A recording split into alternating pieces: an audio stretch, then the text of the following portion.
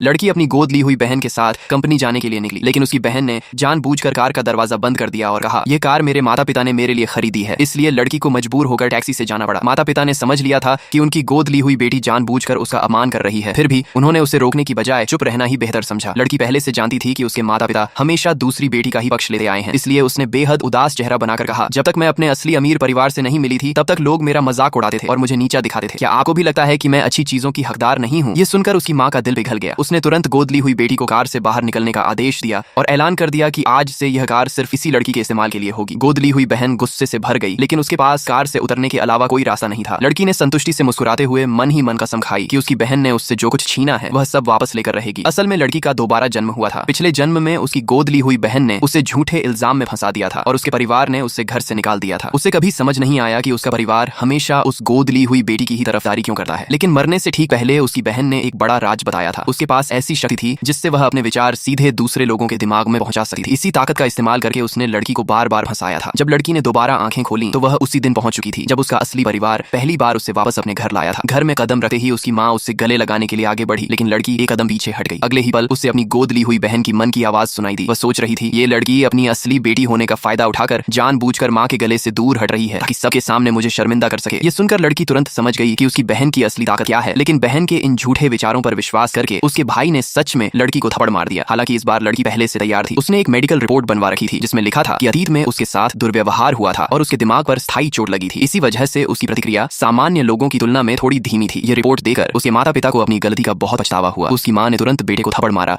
और लड़की से माफी मांगने का आदेश दिया। भाई के पास कोई दूसरा रास्ता नहीं था। उसने सिर झुकाकर लड़की से माफी मांग ली, लेकिन गोद ली हुई बहन गुस्से से जल उठी और उसने उसे परिवार से बाहर निकालने का नया तरीका सोच लिया। रात के खाने के दौरान वह खाना खत्म करने के बाद अचानक एलर्जी होने का नाटक करने लगी। उसने दावा किया कि किसी ने उसके खाने में पीनट बटर मिला दिया है, लेकिन पूरे परिवार को पता था कि उसे मूंगफली से एलर्जी है और घर में पीनट बटर था ही नहीं। तभी उसने फिर अपनी सोच सबके दिमाग में पहुंचा दी। वह मन ही मन कह रही थी, थोड़ी देर पहले यह लड़की रसोई में गई थी। उसकी बात सुनते ही भाई ने बिना जांच किए तुरंत लड़की पर आरोप लगा दिया। यहाँ तक कि उसकी माँ ने भी कहा, तुमने मुझे बहुत निराश किया है, अभी अपनी बहन से माफी मांगो। सबके आरोपों से गिरने के बावजूद लड़की बिल्कुल शांत रही। अचानक उसने पूरी प्लेट उठाई और गोद ली हुई बहन के मुंह के सामने ले जाकर बोली कि अगर उसे सच में एलर्जी है तो अभी सबके सामने यह खाना खाए। फिर उसने कहा, मैंने पहले ही फैमिली डॉक्टर को बुला लिया है। ये सुनते ही गोद ली हुई बहन के होश उड़ गए। कुछ ही देर में डॉक्टर वहां पहुंच गया। लड़की की बहन वहां से भागने की कोशिश करने लगी, लेकिन उसकी माँ ने उसे पकड़ लिया और कहा कि डॉक्टर उसकी पूरी जांच करेगा। जांच के बाद डॉक्टर ने साफ बताया कि लड़की बिल्कुल स्वस्थ है और उसे किसी तरह की एलर्जी हुई ही नहीं थी। तभी पूरे परिवार को एहसास हुआ कि उन्होंने बिना सच जाने लड़की पर गलत आरोप लगाया था।